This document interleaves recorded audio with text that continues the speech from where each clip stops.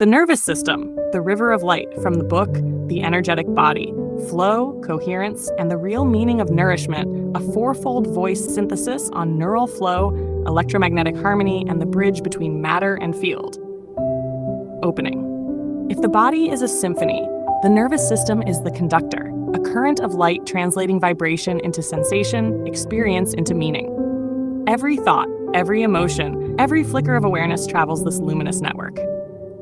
It is both messenger and medium, carrying the infinite through the circuitry of flesh. Long before we had the language of electricity, the ancients spoke of the spine as the staff of life. In their intuition lay truth. The nervous system is not merely an organ of control, but a pathway of communion. It is where the field becomes form, where light learns to feel itself. The body, in this view, is a vast communication field. Neurons, glial cells, and synapses do not simply fire. They sing, emitting microcurrents of electromagnetism that weave the story of your consciousness. Every pulse in your brain is an echo of the cosmos remembering itself through you. Let us journey into that current, into the river of light that flows through the spine, the heart, and the brain, to see how the infinite moves within biology. History, from sparks to spirit. The story of the nervous system begins in wonder. The early physicians watching muscles twitch and bodies react, searching for the invisible agent behind motion. Ancient Greeks called it pneuma, the breath of life, a subtle fire that animated matter. In Ayurvedic thought, the body's nerves were seen as channels for prana, the life force. Egyptian and Persian mystics described a serpent of energy winding along the spine, a precursor to what later traditions would call kundalini. The Renaissance revived curiosity, but not reverence. When René Descartes declared, "I think, therefore I am," he made thought the essence of being and the body its servant. He imagined the nerves as hollow tubes filled with animal spirits, vapors that carried commands from the brain to the limbs. The language of soul was still there, but science was beginning to strip it of mystery. By the 18th century, electricity became the new soul. Luigi Galvani watched frog legs twitch when touched by metal and spark, naming the phenomenon animal electricity. The discovery electrified Europe, literally. The nervous system was suddenly understood as a conduit of current, the human body a battery.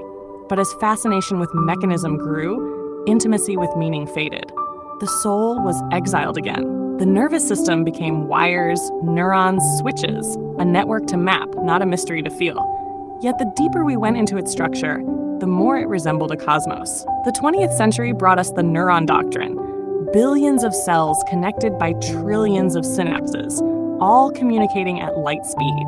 The 21st revealed something even more astonishing. The nervous system is not only electrical, but electromagnetic and quantum coherent. The ancients saw a serpent of light. We call it the vagus nerve. The mystics saw divine fire. We call it bioelectricity. The language changed. The truth did not. Science, the field within the flesh. Modern neuroscience maps the nervous system as both hardware and field. Signals are not limited to synapses.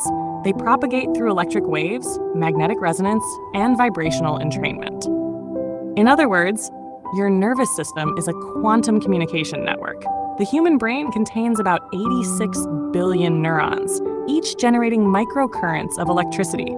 But these currents do not remain local. They radiate. According to Dr. Andrew Newberg in How God Changes Your Brain, synchronized neural firing during meditation creates patterns of electromagnetic coherence measurable across brain regions. The nervous system literally lights up in harmony when the mind enters peace. The body's longest nerve, the vagus, connects the brainstem to the heart, lungs, and gut in one vast feedback loop. It regulates heart rate, digestion, and mood. But beyond physiology, it serves as the biological bridge between safety and surrender. When the vagus nerve hums in balance, the body relaxes, perception widens, and the field opens. Researchers like Dr. Stephen Porges, in his work on the polyvagal theory, show that our sense of love, belonging, and calm are directly tied to this neural river. Electrical impulses travel through the myelin-coated axons at speeds approaching 300 kilometers per hour, yet the true magic lies in the spaces, the gaps called synapses. Within those spaces, neurotransmitters leap, photons flicker, and electrons tunnel. It is in the gaps that consciousness hides. the silence between sparks. Recent studies in quantum biology, such as those summarized by Dr. Stuart Hameroff in collaboration with Sir Roger Penrose in Consciousness and the Universe, suggest that microtubules within neurons may sustain quantum coherence, meaning your brain is not just processing signals, it's resonating with the field of reality itself. When a thought forms, it is not only a chemical pattern, but an energetic event, a microcosmic burst of creation. When you feel awe or gratitude or love, the nervous system vibrates in coherence. And when coherence spreads, biology heals. This is the architecture of flow in motion, the field within the flesh, the electric body remembering its luminous origin. Philosophy, the mind that dances in the body. Philosophically, the nervous system shatters the illusion of separation. The brain does not produce consciousness like a factory. It participates in consciousness like an instrument in an orchestra. David Bohm, in Wholeness and the Implicate Order, argued that mind and matter are not separate substances, but different expressions of one unbroken whole. The nervous system, then, is the dialogue between those expressions, the infinite speaking through electrical rhythm. Each nerve impulse is a sentence in the conversation between awareness and form. Pain, pleasure, intuition, all are languages of the field. To numb sensation is to silence intelligence. The nervous system doesn't punish, it communicates. It tells the story of your alignment with flow. The Stoics called this symphonia, the harmony of the parts with the whole. When your nervous system is coherent, you feel peace. When it's fragmented, you feel anxiety or exhaustion. Philosophy calls this the ethics of resonance. To live in truth is to live in tune. Even modern psychology echoes this wisdom. Dr. Dan Siegel, in The Developing Mind, defines integration as the linkage of differentiated parts. The nervous system, he explains, thrives on integration, diversity held together by flow. A coherent brain mirrors a coherent life. To live by this architecture is to treat thought not as command, but as current.